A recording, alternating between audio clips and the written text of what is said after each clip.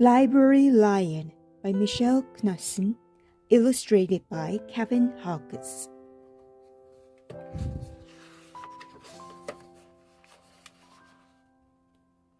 One day, a lion came to a library. He walked right past the circulation desk and up into the stacks. Mr. McBee ran down the hall to the head librarian's office. "Miss Merriweather," he called. "No running," said Miss Merriweather without looking up. "But there's a lion," said Mr. McBee, "in the library." "Is he breaking any rules?" asked Miss Merriweather. She was very particular about rule breaking. "Well, no," said Mr. McBee. "Not really." "Then leave him be." The lion wandered all around the library. He sniffed the card catalog. He rubbed his head against the new book collection. Then he padded over to the story corner and went to sleep. No one was sure what to do. There weren't any rules about lions in the library. Soon it was time for story hour. There weren't any rules about lions at story hour either. The story lady seemed a little nervous, but she read out the first book's title in a good, clear voice. The lion looked up. The story lady kept reading. The lion stayed for the next story, and the story after that.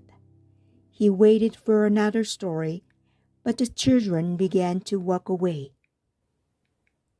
"Story hour is over," a little girl told him. "It's time to go."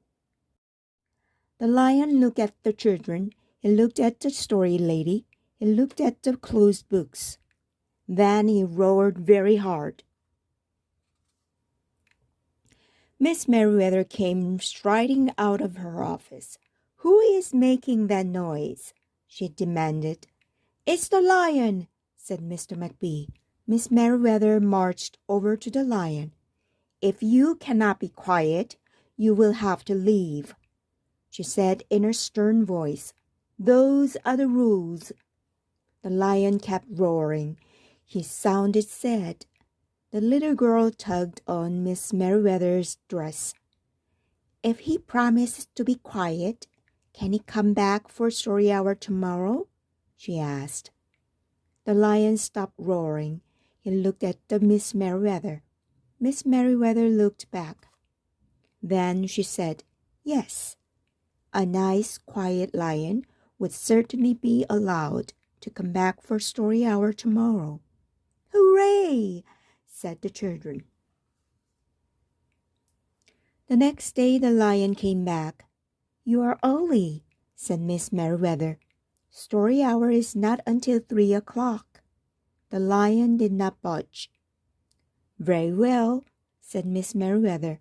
"You might as well make yourself useful." She sent him off to dust the encyclopedias until it was time for story hour. The next day the lion came early again. This time, Miss Merriweather asked him to lick all the envelopes for the overdue notices. Soon, the lion began doing things without being asked. He dusted the encyclopedias. He licked the envelopes.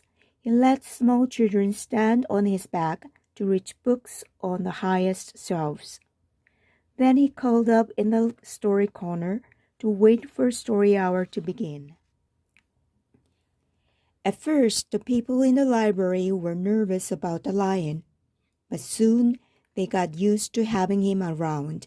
In fact, he seemed very well suited for the library. His big feet were quiet on the library floor. He made a comfy backrest for the children at story hour, and he never roared in the library anymore. "What a helpful lion," people said. They patted his soft head as he walked by. "How did we ever get along without him?" Mr. McBee scowled when he heard that. They had always gotten along fine before. No lions were needed. Lions, he thought, could not understand rules. They did not belong in the library. One day, after he had dusted all the encyclopedias and licked all the envelopes and helped all the small children, the lion padded down the hall to Miss Merriweather's office to see what else there was to do. There was still some time left before story hour. "Hello, Lion," said Miss Merriweather. "I know something you can do.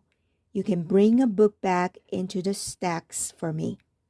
Let me just get it down from the shelf." Miss Merriweather stepped up onto the step stool. The book was just out of reach. Miss Merriweather stood on her toes. She stretched out her fingers. "Almost there," she said. Then Miss Merriweather stretched a little too far. "Ouch," said Miss Merriweather softly. She did not get up. "Mr. McBee," she called after a minute. "Mr. McBee." But Mr. McBee was at the circulation desk. He could not hear her calling. "Lion," said Miss Merriweather, "please go and get Mr. McBee." The lion ran down the hall. "No running," Miss Merriweather called after him. The lion put his big front paws up on the circulation desk and looked at Mr. McBee. "Go away, Lion," said Mr. McBee. "I'm busy." The lion whined. He pointed his nose down the hall toward Miss Merriweather's office. Mr. McBee ignored him. Finally, the lion did the only thing he could think of to do. He looked Mr. McBee right in the eye. Then he opened his mouth very wide, and he roared the loudest roar he had ever roared in his life. Mr. McBee gasped. "You are not being quiet," he said to the lion. "You are breaking the rules." Mr. McBee walked down the hall as fast as he could. The lion did not follow him. He had broken the rules. He knew what that meant. He hung his head and walked toward the doors. Mr. McBee did not notice. "Miss Merriweather," he called as he walked. "Miss Merriweather, the lion broke the rules. The lion broke the rules." He burst into Miss Merriweather's office. She was not in her chair. "Miss Merriweather?" he called.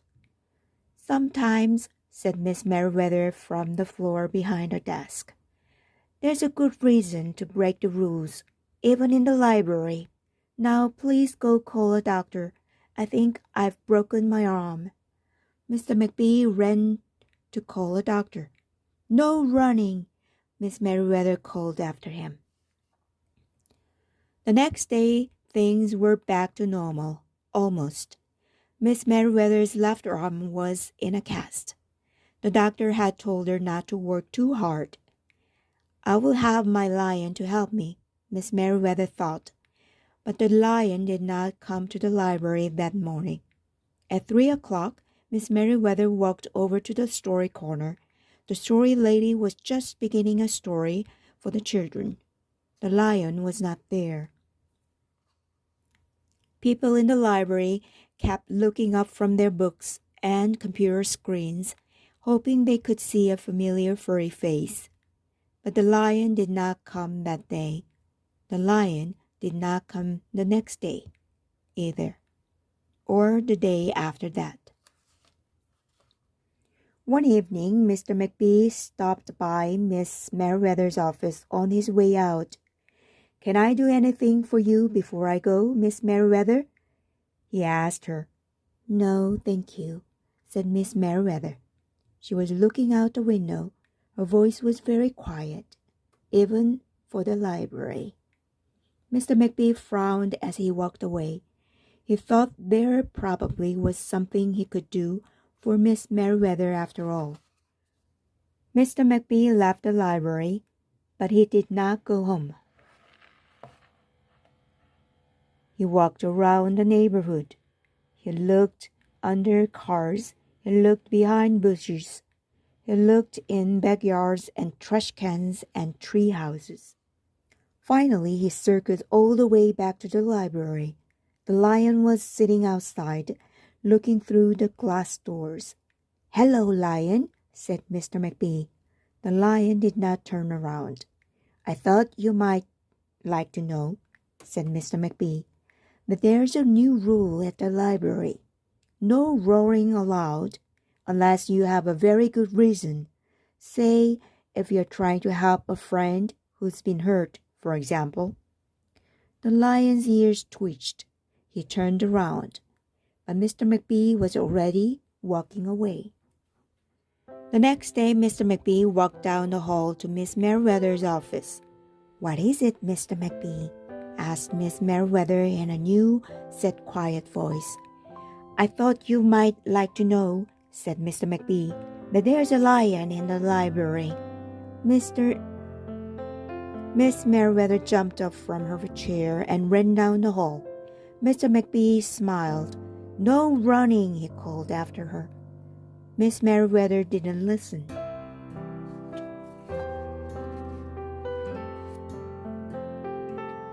Sometimes there's a good reason to break the rules, even in the library.